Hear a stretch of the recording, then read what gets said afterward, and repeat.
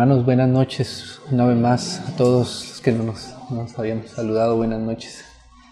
Es una alegría, hermanos, sinceramente es una alegría poder estar en medio de la iglesia aquí, de los hermanos de la casa del Señor. El Señor guarde nuestros pasos. Dice por allá en Eclesiastés que cuando estemos en la casa del Señor debemos guardar con mucho cuidado nuestros pasos, nuestro pie. Y eso pedimos al Señor también, que el Señor nos dé su medida en cada cosa. Muchos saludos, hermanos.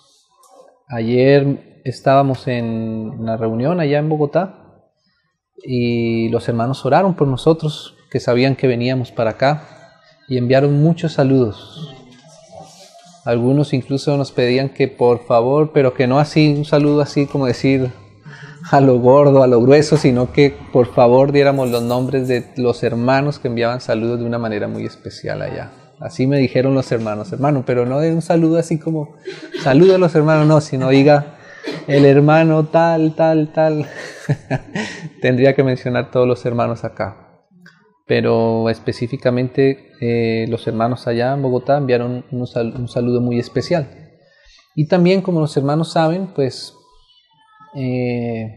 por causa de que también nuestra casa está también en Sogamoso, tenemos como esa doble estancia en tanto en Sogamoso como en Bogotá. También los hermanos sabían que veníamos para acá y también enviaron muchos saludos especialmente los hermanos y la familia, que siempre les recuerdan con mucho cariño a todos y que siempre es un anhelo el poder compartir juntos. Ya ahora ya empiezan a acercarse los campamentos y entonces seguramente si el Señor no nos concede una oportunidad antes poder estar juntos allá, pues será una alegría. Entonces, hermanos, de verdad reciban los saludos con mucho amor y con mucho cariño de todos los hermanos con los que nos vimos últimamente.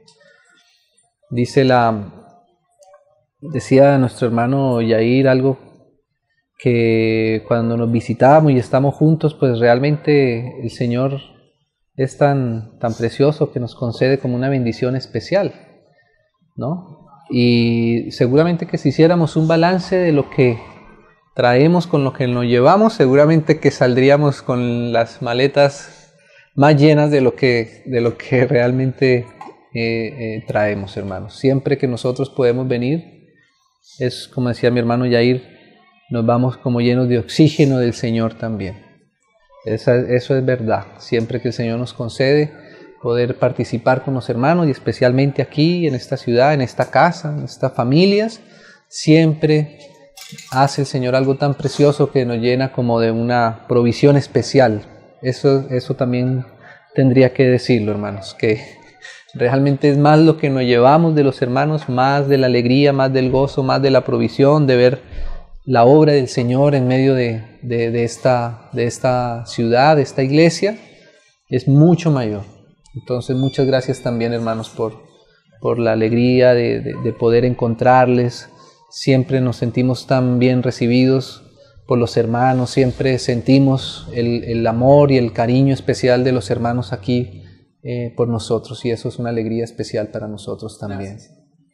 El Señor dice que en el Salmo 116, que seguramente los 133, que seguramente los hermanos recuerdan, dice que es muy hermoso, ¿no? Estar los hermanos juntos y en armonía, ¿sí? Dice, porque allí, estando juntos y en armonía, dice que el Señor envía bendición y vida eterna. Dice así el Salmo, ¿cierto? Dice, porque allí, o sea, en la armonía de la iglesia, en la armonía de los hijos de Dios en comunión, ¿cierto? Allí envía el Señor una bendición especial. Claro que Él nos bendice todo el tiempo, ¿cierto?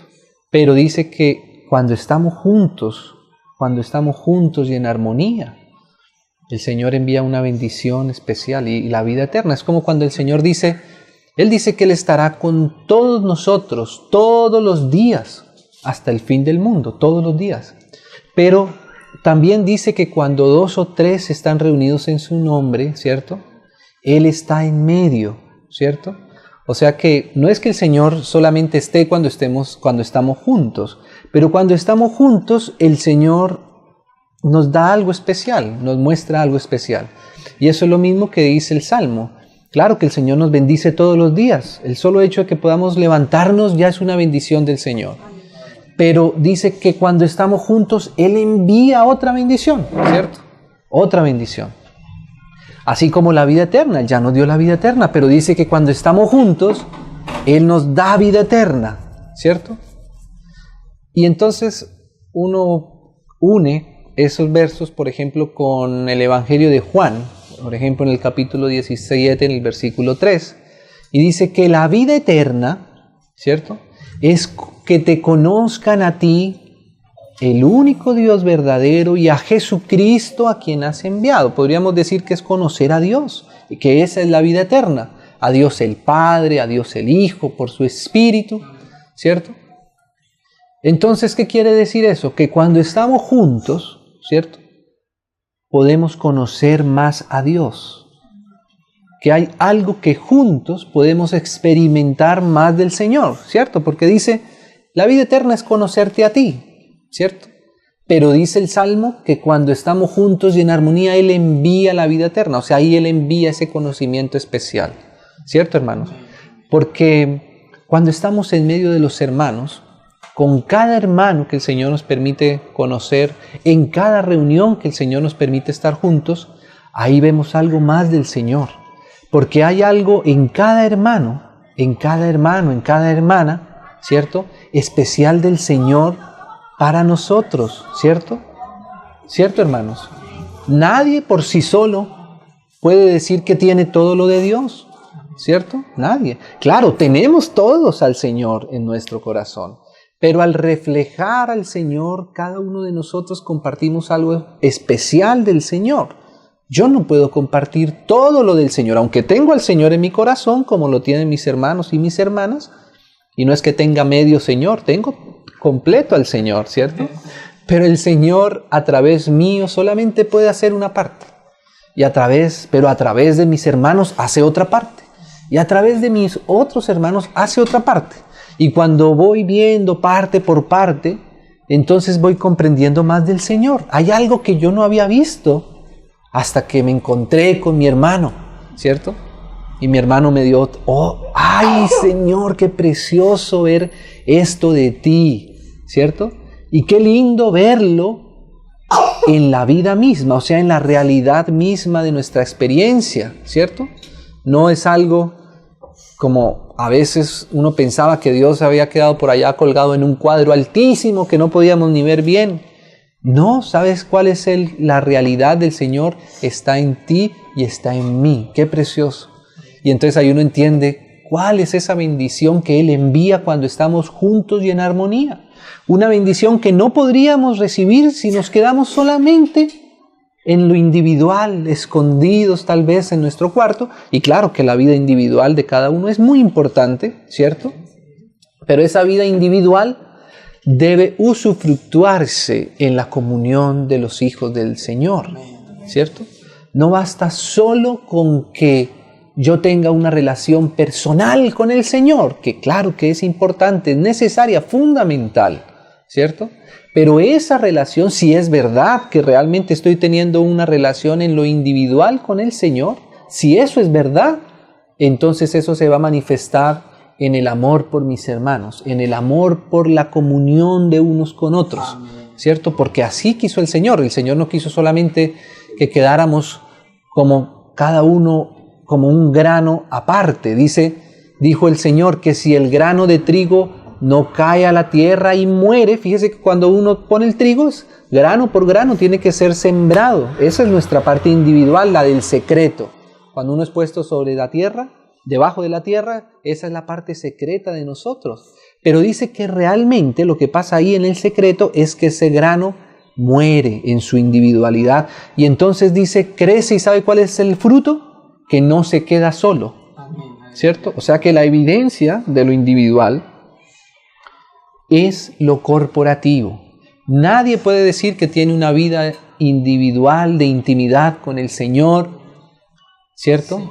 Si no está en comunión con la iglesia, si no está en comunión con sus hermanos, ¿cierto? Eso es una realidad. Por eso qué preciosos esos versos que nos hablan de la comunión, ¿cierto, hermanos? Y es que es así, hermano. Yo realmente me siento muy bendecido cuando estoy en medio de los hermanos. Hay algo que yo percibo más del Señor, que comprendo más del Señor. A veces hay cosas que ni siquiera, aunque orara 10, 12 horas seguidos solo en mi cuarto, entiendo, ¿cierto? Me ha pasado, seguramente a los hermanos también le ha pasado eso. Pero de pronto me encuentro con un hermano y solo en el saludo, solo en la manera como me miró, solo en la manera como me saludó, ahí el Señor me hace entender lo que no había podido entender, Señor, con razón, ¿cierto? O de pronto un hermano, el Señor le da una oración y en esa oración yo entiendo, ¿cierto? Es así, hermanos. Por eso el enemigo ataca tanto lo que es la comunión. Dice en Hechos que los hermanos tenían que perseverar, ¿cierto? En la doctrina de los apóstoles, pero también en la comunión unos con otros y también en el partimiento del pan y en las oraciones. Es algo en lo que tenemos que perseverar. Y perseverar es una palabra seria, es una palabra que a veces nos cuesta, ¿cierto? Que perseverar es algo que uno no hace simplemente por cualquier inercia, sino que a veces nos toca como esforzar. ¿Por qué? Porque hay una guerra contra esto. El enemigo se opone a eso, se opone a la comunión. Si hay algo a lo que el enemigo quisiera quitar es la comunión de los hijos del Señor. ¿Por qué? Porque es que en esa comunión es que se conoce mejor al Señor, ¿cierto? Se conoce más al Señor si estamos juntos leyendo su palabra, si estamos juntos orando, si estamos juntos alabando, si estamos juntos en comunión participando del pan y de la copa como hoy. Ahí, hermanos, la iglesia tiene vitalidad, porque el Señor Jesús mismo dijo: este es mi cuerpo que por vosotros es partido, y el que come y bebe tiene vida eterna, ¿cierto? Así que hay que perseverar en esto, ¿cierto, hermanos? Qué precioso eso. Mire, hermanos, que el candelero, recordamos con nuestros hermanos hacía poco por allá en algunas reuniones anteriores en Bogotá, que el candelero, ustedes saben que el candelero es una figura, una tipología de la iglesia en cada ciudad, de la iglesia en cada localidad, ¿cierto? Y dice Hebreos, y no solo Hebreos, Éxodo también, que el candelero estaba en el lugar santo del tabernáculo. Y en el lugar santo había un velo, en la entrada del lugar santo había un velo. Y en la salida del lugar santo hacia el lugar santísimo había otro velo. Y en ese, digámoslo así, ahí se generaba como un espacio de oscuridad, porque no había ni la luz del sol, que esa era la que estaba en el atrio, ni la luz de la Shekinah, que era la que estaba en el lugar santísimo. En el lugar santo, o sea, ya lo santo del Señor, ¿cierto? Ahí estaba el candelero. Y el candelero, que emitía la luz de Dios, la luz del Señor, ¿cierto? Alumbraba el lugar santo. ¿Y sabe qué era lo que alumbraba el lugar santo? ¿Qué era lo que la luz del candelero mostraba? Mostraba una mesa y unos panes de la proposición. O sea que si hay luz en el candelero, debe haber la mesa y los panes que nos hablan de la comunión, ¿cierto? ¿Sí lo puede ver ahí, hermanos? Eso es lo que el Señor quiere. No sería, digamos que no sería normal que existiera el candelero, pero que no existiera la mesa y los panes, ¿cierto? O más bien, cuando la luz del candelero alumbra, y si no están los panes y la mesa, eso es lo que la luz del candelero nos va a decir. Falta aquí los panes y la mesa, porque en el lugar santo solo estaban esos tres aspectos, solamente habían esos tres, digámoslo así, muebles. De hecho, realmente eran dos, ¿cierto? Solo que uno servía para poner los panes, que es la mesa. Pero solamente en el lugar santo estaba el candelero, la mesa y los panes. O sea que la luz del candelero es para que podamos estar a la mesa, ¿cierto? Nadie puede decir que tiene suficiente luz, como dice el apóstol Juan. Si alguno dice que está en luz pero aborrece a su hermano, o sea, no está en comunión con su hermano, es como si el candelero no estuviera alumbrando hacia la mesa, sino estuviera en lugar de la mesa hubiese otra cosa, ¿cierto? Un televisor u otra cosa. El candelero dice, no, pero ¿cómo va a ser? Si en el candelero tiene que haber la mesa. Y dice la mesa individualmente, una mesa por cada candelero. No pueden haber varias mesas en el lugar santo. De hecho, no caben. Si uno trata de acomodar una segunda mesa en el lugar santo, No, tiene que hacer un desorden tremendo. Tiene que quitar los velos y no puede, ¿cierto? Que el Señor nos dé entendimiento de todos esos detalles, de todas esas figuras, ¿cierto, hermanos? Porque ahí es donde está realmente la lucha. La lucha del enemigo está para que el testimonio del Señor no avance, no se establezca, ¿cierto? Y eso perdemos si no estamos en comunión, ¿cierto? Entonces, recordemos que es una lucha, recordemos que es perseverando que podemos dar ese testimonio. Sí, hermanos. Entonces, quería, hermanos, poder compartir con los hermanos un verso que hemos leído en algunas oportunidades, pero el Señor me confirmaba en esta oportunidad poderlo leer también con nuestros hermanos.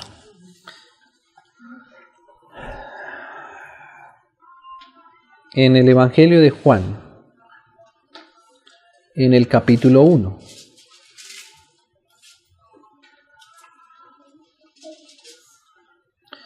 En el capítulo 1. Y leamos el versículo 14, desde el capítulo 14. Quería decir antes, hermanos, que los evangelios, específicamente, por ejemplo, este Evangelio de Juan, cuando al apóstol Juan le piden, así nos lo cuenta la historia de la iglesia, que él también debería escribir acerca del Señor, porque Juan fue uno de los hermanos que estuvo con él desde el principio, durante todo su ministerio, y además fue el último de los apóstoles que vivió. Entonces ya el apóstol Juan tenía bastantes años y ya él había madurado mucho, espiritualmente hablando. Ya había pasado por muchas enseñanzas del Señor. Y entonces el apóstol Juan incluso se sabe que ya había conocido los otros evangelios, los otros 3 evangelios. Él ya había leído lo que Mateo, Marcos y Lucas habían escrito del Señor. Y entonces este evangelio, el de Juan, y en sí todos los evangelios, nos reflejan no solamente un conocimiento, una historia externa, sino que cuando Juan escribía, él escribía desde la realidad de lo que había sido su experiencia interior de haber conocido al Señor Jesús y de haber compartido con Él durante su vida. ¿Me hago entender? Él no solamente está contando, como decir, una historia de tercera mano, no. Y tampoco él está escribiendo con la intención, digamos, de como quien escribe de pronto un manual para que se convierta en un libro, digámoslo así, de doctrinal, digámoslo así, ¿cierto? No. Él está escribiendo desde una óptica muy interior. Él está escribiendo lo que realmente para él fue la revelación del Señor Jesús en su corazón, ¿sí? Claro que esto más adelante, hasta hoy, pues ya está convertido ciertamente en parte del canon de las Escrituras para nosotros. Por supuesto que es así, ¿cierto? Pero cuando Juan lo escribió, él no lo escribió con esa intención. Él lo escribió como alguien que está contando lo que él pudo percibir de una persona que fue el Señor Jesús. Y está transmitiéndonos lo que fue para él esa relación, esa realidad con el Señor, ¿sí? Él está siendo muy sincero. Él está escribiendo no solamente como un maestro que trata de transmitir un conocimiento, una información a sus oyentes o a sus lectores, sino él está escribiendo lo que pasó en él, lo que él vio desde su interior, su testimonio. Ese es el Evangelio, ¿cierto, hermanos? A nosotros nos ha pasado lo mismo. Nosotros recibimos el Evangelio primeramente en nuestro corazón, por el Espíritu. Y este Evangelio se ha hecho real en nosotros, ha sido revelado. Y por eso nosotros cuando leemos aquí no solamente leemos un relato histórico, como de pronto se estudia en las academias, como de pronto estudian incluso aún teólogos, pero que son ateos. Y aún así, siendo teólogos y ateos, estudian el Evangelio de Juan. pero no se les revela en el interior, porque no pueden tocar por el Espíritu la palabra, ¿cierto? Entonces, cuando Juan escribe el Evangelio de Juan, él está escribiendo desde algo muy interior en su corazón, ¿cierto? Entonces Juan, hermanos, ustedes saben que Juan tuvo una relación muy especial con el Señor. Juan conoció al Señor desde cuando era muy joven, jovencito. Algunos dicen que incluso podría llegar a haber tenido 16, 17, 18 años, ¿cierto? En el peor de los casos ya es muy joven. Es una persona que apenas está como ser humano, como hombre, como varón, apenas está comprendiendo muchos aspectos de la vida y conoció al Señor desde ahí, ¿no? Qué precioso que el Señor pueda relacionarse con todo tipo de seres humanos, ¿cierto? Desde los más niños. Ustedes recuerdan que al Señor hasta los niños, ¿cierto? Les decía el Señor, no, dejen acercar a los niños, qué bendición, ¿cierto? Tener niños en medio de los... Porque el Señor es así, el Señor no rechaza a nadie, el Señor no es como esos filósofos que para poder hablar con ellos, si no tenían cierto nivel, si no tenían cierta estructura educativa o lo que fuera, entonces no iba a gastar el tiempo el Señor. No, así no es el Señor recibe desde los más niños, los jovencitos y los ancianos, ¿cierto? Por eso seguramente el apóstol Juan escribía en una de sus cartas, os escribo a vosotros, hijitos, porque él conoció al Señor siendo así, pequeñito, siendo jovencito, siendo inexperto. ¿Cierto, hermanos? Qué precioso que el Señor pueda relacionarse con nosotros en lo que nos falta también, ¿cierto? Qué precioso el Señor. Y también el Señor no solamente conoció, el apóstol Juan no solamente conoció al Señor desde muy joven, sino que también él fue muy cercano, ¿cierto? Por su carácter, seguramente también porque era el más jovencito de todos, ¿cierto? Dice que él se recostaba en su pecho, ¿cierto? Dice que él le hablaba a su oído, ¿cierto? Y llegó a decirse que él era identificado como el discípulo, como el apóstol al que Jesús amaba, ¿cierto?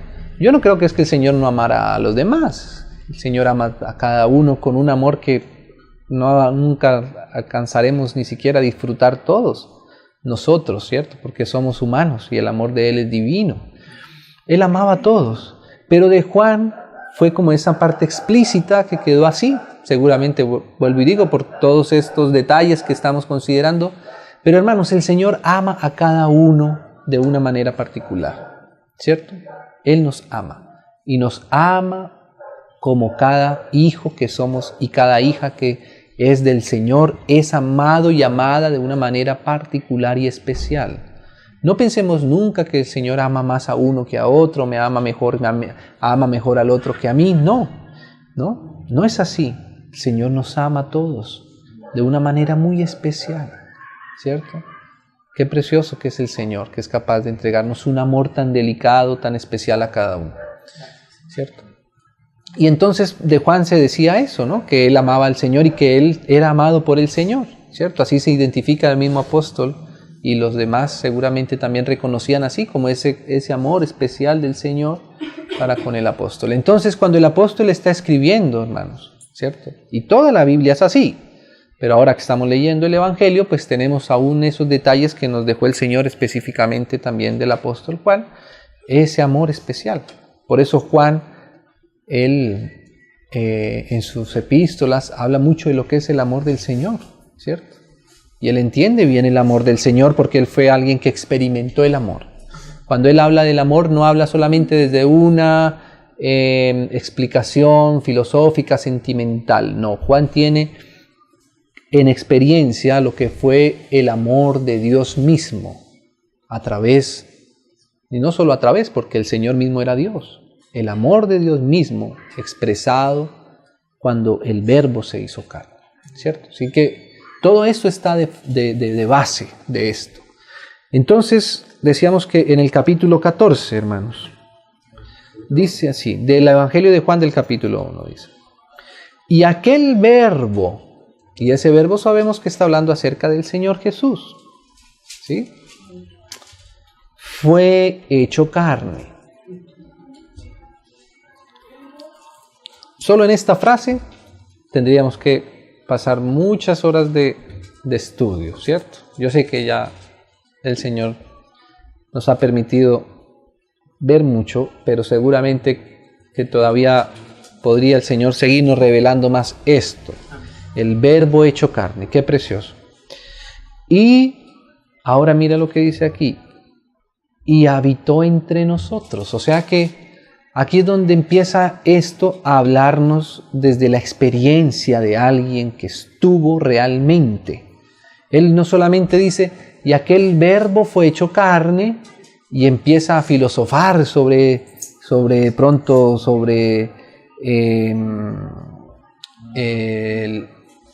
la deidad, ¿cierto? A emitir conceptos filosóficos, sino que Él nos está diciendo aquí que el Verbo se hizo carne y habitó entre nosotros, ¿cierto? O sea, va a hablar desde esa experiencia del Señor viviendo, habitando entre nosotros, no lejos de nosotros, ¿cierto? El Señor no quiere habitar lejos, el Señor quiere habitar entre nosotros. ¿Qué quiere decir esto, hermanos? Que el Señor está, Él siendo Dios, ¿cierto? Ese Dios hubiera podido quedarse allá en esa esfera celestial, intocable, inaccesible, como dice el Nuevo Testamento, que el Señor habita en una luz inaccesible. Él no tenía necesidad de salir de esa esfera divina, ¿cierto? Porque a Él no le hacía falta nada en esa esfera. Dice Dios, hablando de Dios, o sea, en la Trinidad, que ya con la revelación que nos da toda la palabra, podríamos parafrasear que el Hijo era el deleite del Padre de día en día, ¿cierto? Como dice Proverbios. Él es su delicia de día en día. Y así era la relación de Dios, ¿cierto? Ahora otra cosa, Dios incluso Él hubiera podido hacerse conocer quedándose arriba y nosotros quedándonos aquí abajo, ¿cierto? Él hubiera podido decir desde el cielo, mírenme, ¿cierto? O voy a abrir una ventana especial en las nubes y voy a quedarme voy a poner como un vidrio, ¿cierto? Pero que los seres humanos me miren desde abajo y yo voy a quedarme aquí arriba en el trono, ¿cierto? Como decíamos ahora, como muchas veces habíamos pensado que el Señor era allá en ese cuadro, el más alto, el que no se alcanzaba a ver, allá es donde está Dios, ¿cierto? Pero pues es importante ver al Señor allá en medio de todo ese oro y con esas piedras preciosas adornando el cuadro, ¿cierto? Pero y nosotros estábamos aquí en la tierra, en el polvo, ¿cierto? Con tanta necesidad y como que nos tocaba alzar los ojos tan alto, no entender Dios que está tan lejos, ¿cierto? Pero no, Dios no quiso hacer las cosas así. Dios habitó entre nosotros. Él quiso venir y morar entre nosotros porque siempre el anhelo del Señor, ¿cierto?, es estar entre sus hijos, estar así cerca, en comunión con sus hijos. Desde el Antiguo Testamento ya el Señor venía diciéndonos eso, ¿cierto? Ay, los israelitas cada uno en sus tiendas iban por el desierto. ¿Y sabe cuál era el anhelo del Señor? Tener también su tiendita, su carpa, digámoslo así, y morar cerca con el pueblo, ¿no? ¿Cómo es el Señor, no, hermanos? Y ahora ese tabernáculo que realmente aquí en el griego dice, ¿no? Tabernaculizó, ¿cierto? Esa es la palabra que se usa en este versículo del griego. Tabernaculizó entre nosotros. O sea, hizo una carpita cerca a la nuestra, ¿sí? Hermanos, ¿qué pasará hoy día cuando nosotros nos levantamos por la mañana y de pronto nos vamos para la oficina? ¿Cierto? ¿Sabe qué a veces pasa? El Señor viene y trae su butaquito y se hace ahí al lado de nosotros. Porque Él quiere estar con nosotros, en lo nuestro. ¿Sí me va a entender? Él quiere estar con nosotros. Él quiere ayudarte aún en los detalles que uno podría pensar que va a estar el Señor, por ejemplo, en la cocina lavando la loza. Pero ¿sabe qué, hermanos? Si pudiéramos ver al Señor, seguramente Él estaría acompañándonos también en eso. Él estaría acompañándonos también en eso. Y no digo solamente como algo, lo digo acordándome de un hermano que fue muy precioso, que fue el hermano Lorenzo, que algunos hermanos conocen, un libro pequeñito, eso casi, hermano, uno tiene que leerlo muy, muy despacio porque si no uno lo acaba y uno no se da cuenta. En media hora lo puede uno leer todo el libro. Bueno, no sé si en media hora, pero en una hora seguramente que sí. Pero ¿sabe qué decía el hermano ahí en ese libro? Que él disfrutaba de la presencia del Señor, tanto de si estaba lavando la loza, porque él se crió en un internado, digámoslo así, ¿cierto? Donde sus oficios, parte de sus oficios era lavar la loza. Y decía que aún lavando la loza, él sentía como si estuviera en el mismo momento de la adoración, cuando estaba en la adoración, digamos, del culto. O sea, no había ya para él diferencia. Porque es que, hermanos, así es el Señor con nosotros. Así es el Señor. Él quiere involucrarse con lo nuestro, en nuestra vida, en lo que hacemos. ¿Sí? Qué precioso el Señor. No quiere solamente estar en una billetera y cuando nos asustamos sacamos y miramos la foto. No.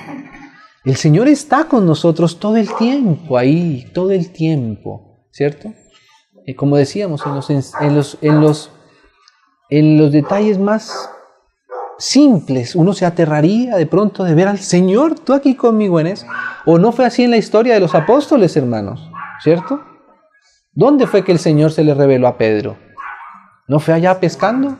Allá en medio del trabajo de él, porque él era pescador, ¿sí o no? Allá fue donde de pronto él, bueno, hoy día ya habrá hermanos que son pescadores, pero otros están en otras áreas, ¿cierto?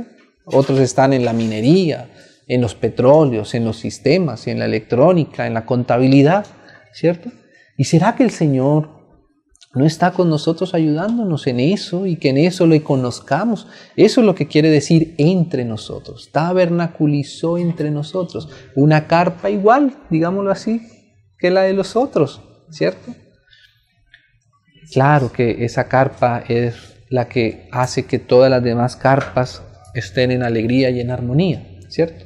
Entonces, hermanos, así empieza el apóstol Juan a hablar, ¿cierto? Él no ignora, él va a hablar del Señor y él sabe que va a hablar de Dios, por eso él empieza hablando que él estaba con Dios y que era Dios. Pero él dice, ¿sabe qué? Ya eso, hermanos, ya eso es muy precioso. Que uno pueda tener el entendimiento y la revelación de la deidad del Señor, ¿cierto? Eso ya es preciosísimo. Pero lo sorprendente que ese Dios venga y se haga, tabernaculice en su carne, ¿cierto? Y se haga tan cerca de nosotros. Hermanos, ¿qué carácter es el de nuestro Señor? ¿Cierto? ¿Qué carácter el de nuestro Señor? Qué precioso el Señor. Y eso Juan lo vio. Juan veía, hermano, cómo el Señor, siendo Dios, estuvo tan cerca. Y entonces él empieza a decir así, dice, y habitó entre nosotros. Ahora aquí como entre paréntesis, y me llama la atención entre paréntesis, porque es como si Juan dijera, ese en el que yo me recostaba, ¿cierto? Su pecho, que era un hombre tan simple, digámoslo así, tan sencillo, tan humilde. Por eso Juan tiene que poner esto entre paréntesis y dice, y vimos su gloria. O sea, es glorioso, ¿cierto? ¿Qué es la gloria? La gloria es como esa palabra que los seres humanos tenemos que usar para referirnos a esa grandeza de Dios, ¿cierto? A ese ambiente de Dios, a esa revelación de Dios que solo le pertenece a Él, que es de Él, que proviene de Él, que cuando decimos la gloria no sabemos si dibujarla con una luz grandísima que no podemos ver, o con las piedras más preciosas, o con lo más costoso, o con lo más alto, con lo más sublime, con lo más majestuoso. Es la gloria de Dios. La gloria es lo que le corresponde a Dios, ¿cierto? Ahí tenemos a Ezequiel tratando de más o menos decir lo que él vio cuando la apariencia, dice, de la apariencia de Dios, la apariencia de Yahvé, ¿cierto? Por eso me llama la atención que esto está aquí entre paréntesis, porque Juan sabía quién era. Y eran como esas dos caras de la misma manera, ¿cierto? Es como si Juan se aterrara. ¡Ah! Este es el Verbo eterno de Dios y me puedo recostar sobre su pecho, ¿cierto? Este es el Rey, este es el Dios eterno, el Hijo del Dios Altísimo, y se viene aquí a ayudarnos a jalar las redes para sacar los pescados. Qué tremendo, ¿no? Esas dos caras veía Juan. Por eso dice así cuando él está hablando del Señor, vimos su gloria. Y dice gloria como del unigénito del Padre. Qué tremendo esto. Qué tremenda la visión de Juan, la experiencia de Juan, esos dos sabores del Señor, ¿no? De lo grande, de lo inmenso, de lo inaccesible, a su cercanía, su comprensión, su compañía, su cercanía para con nosotros, ¿cierto? Qué precioso, hermanos, es el Señor. Y dice así, dice, lleno de gracia y de verdad. Y esto es, hermanos, el resumen, digámoslo así, bien condensado, como si al apóstol Juan le dijeran, díganos, porque eso es lo que le pedían a él, escríbanos de lo del Señor. Es importante, Juan, que tú también escribas del Señor. Y es como si en esta frase Juan pudiera resumir todo lo que él percibió, recibió del Señor, conociéndolo esos años que él estuvo con él. Dijo, él, que ya dijo quién es él, Dios, nada más y nada menos, pero que se hizo hombre. Pero ahora cuando él dice aquí esto, lleno de gracia y de verdad, es como si él en esas pocas palabras hubiera podido resumir todo lo que él percibió en su interior, ese contacto con el Señor. ¿Sí? No sé si los hermanos han visto a veces, y hoy que estamos en periodos preelectorales, ¿cierto? Tan frecuentes que vemos entrevistas de los candidatos y de personas, y entonces le dicen a alguien, bueno, le voy a mostrar una foto y usted me dice solamente una palabra de esta persona, ¿cierto? No sé si han visto esas así. Entonces le muestran la foto, no sé, de Uribe, por decir algo, ¿no? No dije Uribe por alguna cosa especial, hubiera podido decir otro. Además muestran las fotos de varios, ¿no? Entonces le dice, bueno, le muestro esta foto y dígame ya para usted una palabra, ¿cierto? Entonces la persona tiene como que decir, bueno, tal cosa, ¿cierto? Esto que dice aquí el apóstol Juan es como si él, aquí con esta frase, él estuviera primero encerrando todo lo que es el Señor para él, ¿cierto? Es como ese gran resumen. Lo vimos, y para mí, él era una persona llena de gracia y de verdad, ¿cierto? ¿Cuánta realidad hay detrás de esta frase de Juan? ¿Cuánta vida hay? ¿Sabe cuánta vida hay? Todo el tiempo que Juan experimentó con el Señor, desde que lo conoció en su carne, desde que lo recibió en su espíritu, que estuvo con él, desde que lo oyó, de lo que vio de él, ¿cierto? Que lo vio él colgado en la cruz, porque Juan estuvo ahí, a los pies de la cruz, con su madre, con María, ¿cierto? También que lo vio después resucitado, ascendido, ¿cierto? Y sabe que Juan lo vio incluso subiendo al cielo entronizado, porque Juan lo vio así en el Apocalipsis, ¿se acuerdan? Después lo vio en medio de los 7 candeleros de oro. ¿Sí? Mire todo el espectro que tiene Juan para poder hablar del Señor. ¿Sí? ¿Sí me hago entender, hermano? Y él dice, él es lleno de gracia y de verdad. Qué tremendo, ¿cierto? Todo lo que Juan escribe de aquí en adelante es como una descomposición de eso. ¿Sí me hago entender? Como si él ahí hubiera condensado todo. Y entonces, ¿por qué lleno de gracia y de verdad? ¿Cierto? Por eso él no termina ahí el Evangelio. Él sigue hablando todo, otros 20 capítulos y más. ¿Sí me hago entender, hermano? Lo que hay detrás de esa frase. Todo lo que hemos venido diciendo está de esa frase. Esa frase resume lo que Juan pudo recibir, contactar al Señor en su tiempo. Tratemos de ver un poco más qué más hay detrás de esta frase, ¿cierto? de ver un poco qué hay de contenido en esta frase del apóstol Juan, ¿cierto? Porque, como sabemos, Efesios, el apóstol Pablo nos habla y dice que el amor de Dios tiene varias medidas, ¿cierto? Por ejemplo, él habla acerca de la anchura y a veces tenemos que ver la anchura, ¿cierto? A veces tenemos que ver, por ejemplo, un solo tema o un solo aspecto, pero verlo a todo lo largo y ancho de las Escrituras, ver verso por verso, cada verso lo que nos dice, porque necesitamos ver la anchura, porque la anchura nos da una medida, una porción muy importante, ¿cierto? Pero digamos que a veces también necesitamos ver la profundidad, que es otra medida que también está en el amor del Señor, que debemos también comprenderla. La profundidad no es abarcar, sino es profundizar, ¿cierto? Tratemos que el Señor nos ayude a ver qué profundidad hay en esta frase de Juan, estas cortas frases, ¿cierto? Entonces, mira, hermanos, dice así el apóstol Juan, dice, lleno. Cuando uno ve esta palabra, lleno, ¿sí? Uno pensaría en un aspecto del Señor, y es el aspecto interior del Señor, ¿cierto? Porque lleno, cuando uno habla de lleno, ¿cierto?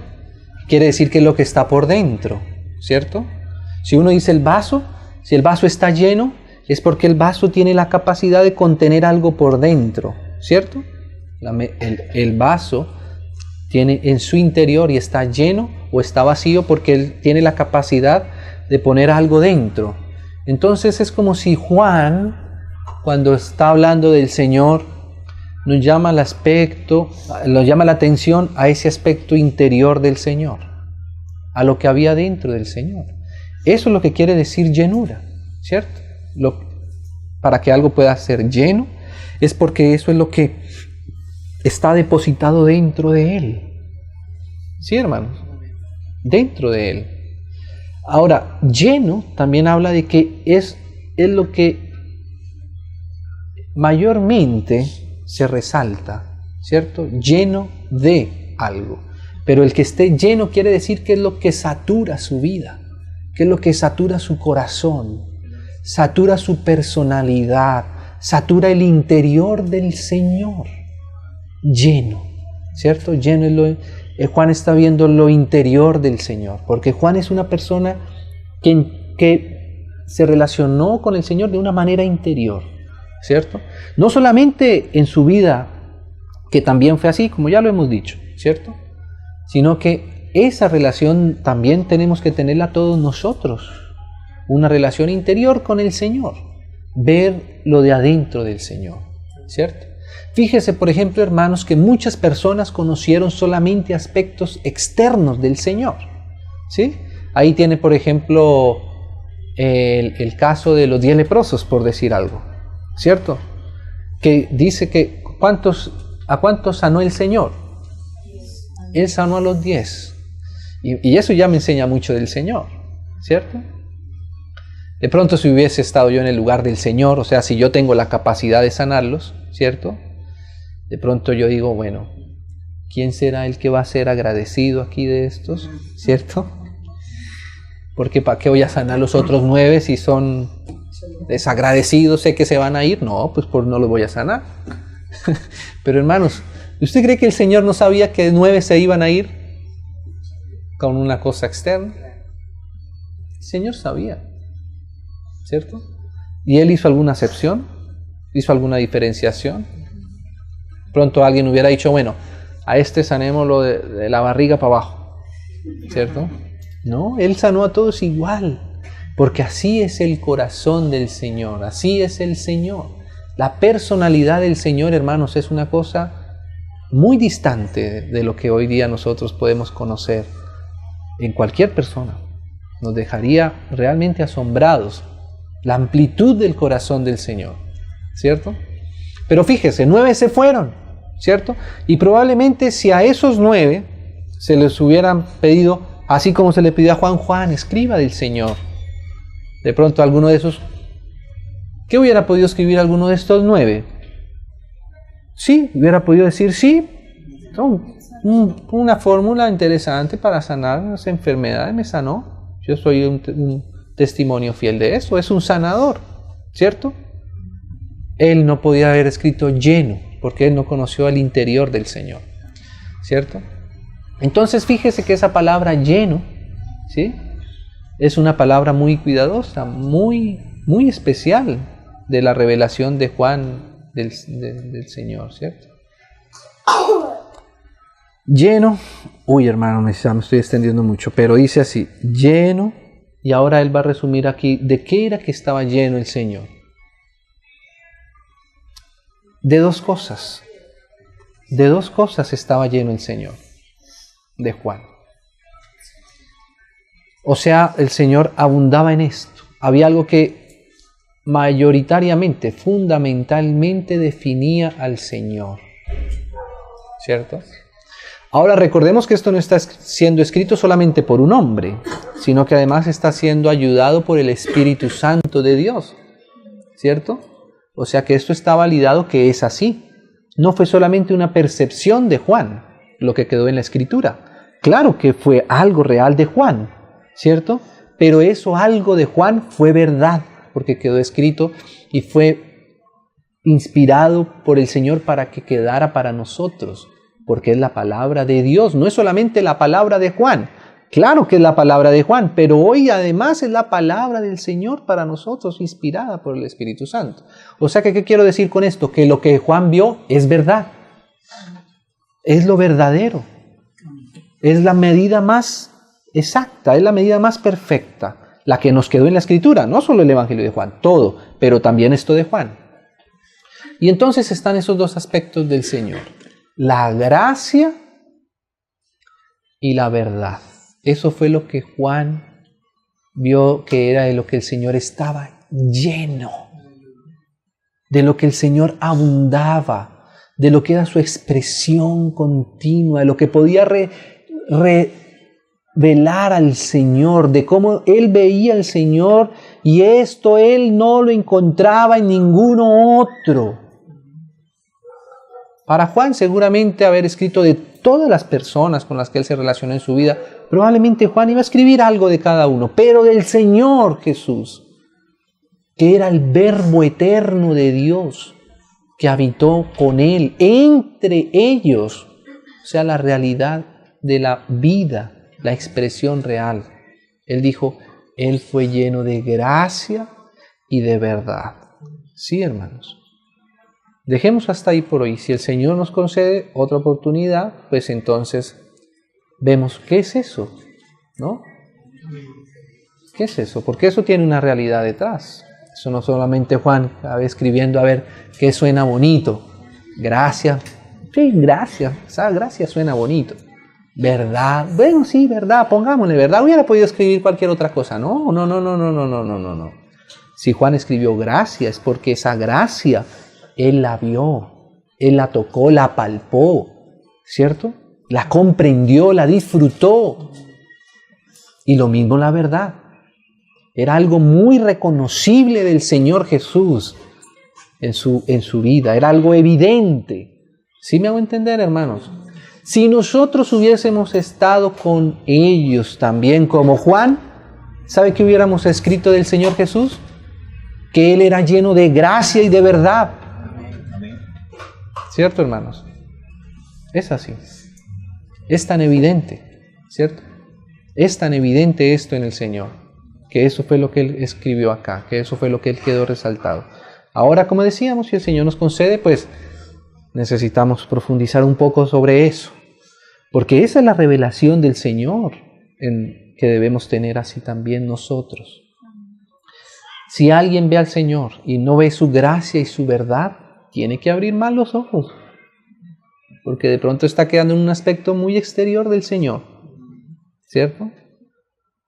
O de pronto se está confundiendo, como tristemente el Señor también dijo. En aquel día unos me dirán, Señor, Señor, en tu nombre hicimos muchos milagros y muchas cosas y tal. ¿Y sabe qué dice el Señor? Apartaos de mí. Qué difícil esa frase.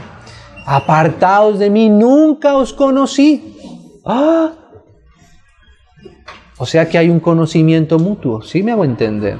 Del Señor hacia nosotros y de nosotros al Señor. ¿Qué es que seamos conocidos? Que hay una un conocimiento bidireccional, ¿cierto?